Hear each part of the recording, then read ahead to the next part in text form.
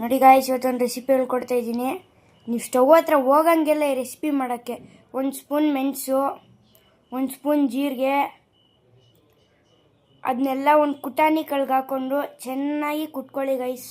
ನೋಡಿ ಈ ಥರ ನೀಟಾಗಿ ಕುಟ್ಕೊಳ್ಳಿ. ಜಾಸ್ತಿನೂ ಪೇಸ್ಟ್ ಮಾಡಿಬಿಡಿ. ನೋಡಿ ಈ ಮಟ್ಟಕ್ಕೆ ಕುಟ್ಕೊಂಡು ಸ್ವಲ್ಪ ಕೊತ್ತಂಬರಿ ಆ್ಯಡ್ ಮಾಡ್ಕೊಳ್ಳಿ, ಮತ್ತು 3 ಹಸಿಮೆಣಸಿನ್ಕಾಯಿ, ಮತ್ತು ಸ್ವಲ್ಪ ಹುಣಸೆಹಣ್ಣು, 1 ನಿಂಬೆಹಣ್ಣಷ್ಟು, ಮತ್ತು ಅರ್ಧ ಈರುಳ್ಳಿನ 2 ಪೀಸ್ ಮಾಡಿ ಇಟ್ಕೊಂಡಿದ್ದೀವಿ, ಮತ್ತು ಒಂದು 10 ಸಾಂಬಾರು ಈರುಳ್ಳಿ ಎಲ್ಲನೂ ಸೇರಿ ಚೆನ್ನಾಗಿ ಪೇಸ್ಟ್ ಮಾಡ್ಕೊಳ್ಳೋಕ್ಕೆ. ಹಂಗೆ ಸ್ವಲ್ಪ ಉಪ್ಪು ಹಾಕ್ಕೊಳ್ಳಿ, ಕಲ್ಲುಪ್ಪು ಹಾಕ್ಕೊಳ್ಳಿ, ಟೇಸ್ಟ್ ಚೆನ್ನಾಗಿರುತ್ತೆ.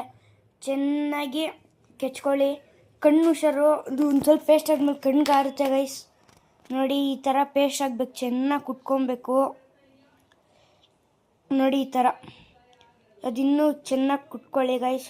ನೋಡಿ ಈ ಥರ ಹುಣಸೆಹಣ್ಣೆಲ್ಲ ಇದಾಗಿದೆ, ನೀಟಾಗಿ ಕುಟ್ಕೊಂಡಿದ್ದೀವಿ. ಈ ಪೇಸ್ಟ್ನೆಲ್ಲ ತೊಗೊಂಡು ಒಂದು ದೊಡ್ಡ ಬೌಲ್ಗೆ ಹಾಕ್ಕೊಳ್ಳಿ ಗೈಸ್. ನೋಡಿ ಈ ಥರ ಈ ಮಟ್ಟಕ್ಕೆ ಬಂದಿದೆ.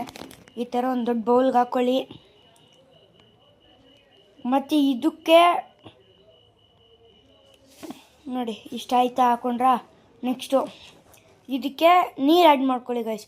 ನೀವು ಪೇಸ್ಟ್ ಎಷ್ಟು ಮಾಡಿರ್ತೀರ ಅಷ್ಟು ಕರೆಕ್ಟಾಗಿ ನೀರು ಆ್ಯಡ್ ಮಾಡ್ಕೊಳ್ಳಿ. ಮತ್ತೆ ಟೇಸ್ಟ್ ಮಾಡಿ, ಮತ್ತೆ ಸಾಲ್ಟ್ ಏನಾದರೂ ಬೇಕಿದ್ರೆ ಆ್ಯಡ್ ಮಾಡ್ಕೊಳ್ಳಿ. ನೋಡಿ ಈ ಥರ ನೀಟಾಗಿ ಮಿಕ್ಸ್ ಮಾಡಿ, ಓಕೆನಾ. ಮತ್ತು ಆವಾಗಲೇ ಸಾಂಬಾರು ಈರುಳ್ಳಿ ಹಾಕ್ಕೊಂಡಿದ್ವಲ್ಲ, ಇದಕ್ಕೆ ಒಂದು 15 ಸಾಂಬಾರು ಈರುಳ್ಳಿನ ಸಣ್ಣದಾಗಿ ಕಟ್ ಮಾಡ್ಕೊಂಡು ಹಾಕ್ಕೊಳ್ಳಿ. ನಾರ್ಮಲ್ ಈರುಳ್ಳಿನ ಹಾಕ್ಕೊಬೋದು, ಅಂದರೆ ಸಾಂಬಾರು ಈರುಳ್ಳಿ ಸಕ್ಕ ಟೇಸ್ಟ್ ಬರುತ್ತೆ. ಮತ್ತು ಅದನ್ನ ಕಟ್ ಮಾಡಿ ಚೆನ್ನಾಗಿ ಸ್ಮ್ಯಾಶ್ ಮಾಡೋಕ್ಕೆ. ಮತ್ತು ಸ್ವಲ್ಪ ಕೊತ್ತಂಬರಿನ ಸಣ್ಣದಾಗಿ ಚಾಪ್ ಮಾಡ್ಕೊಂಡು ಅದನ್ನೂ ಹಾಕ್ಕೊಳ್ಳಿ. ನೋಡಿ ಈ ಥರ ನಿಮ್ಗೆ ಯಾವ ಮಟ್ಟಕ್ಕೆ ಬೇಕು, ನೀವು ಪೇಸ್ಟ್ ಜಾಸ್ತಿ ಮಾಡಿದ್ರು ಜಾಸ್ತಿ ನೀರು ಹಾಕ್ಕೊಳ್ಳಿ, ಪೇಸ್ಟ್ ಕಮ್ಮಿ ಮಾಡಿದ್ದೀರಾ ಪೇಸ್ಟಿಗೆ ತಕ್ಕ ಮಟ್ಟಿನಾಗೆ ನೀರು ಹಾಕ್ಕೊಳ್ಳಿ.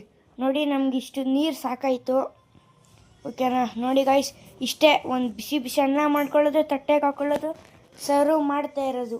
ನೋಡಿ ಫ್ರೆಂಡ್ಸ್, ಇನ್ನೂ ಈ ಥರ ತುಂಬ ರೆಸಿಪಿಗೆ ನಮ್ಮ ಚಾನಲ್ನ ಸಬ್ಸ್ಕ್ರೈಬ್ ಮಾಡಿ ಗಾಯ್ಸ್.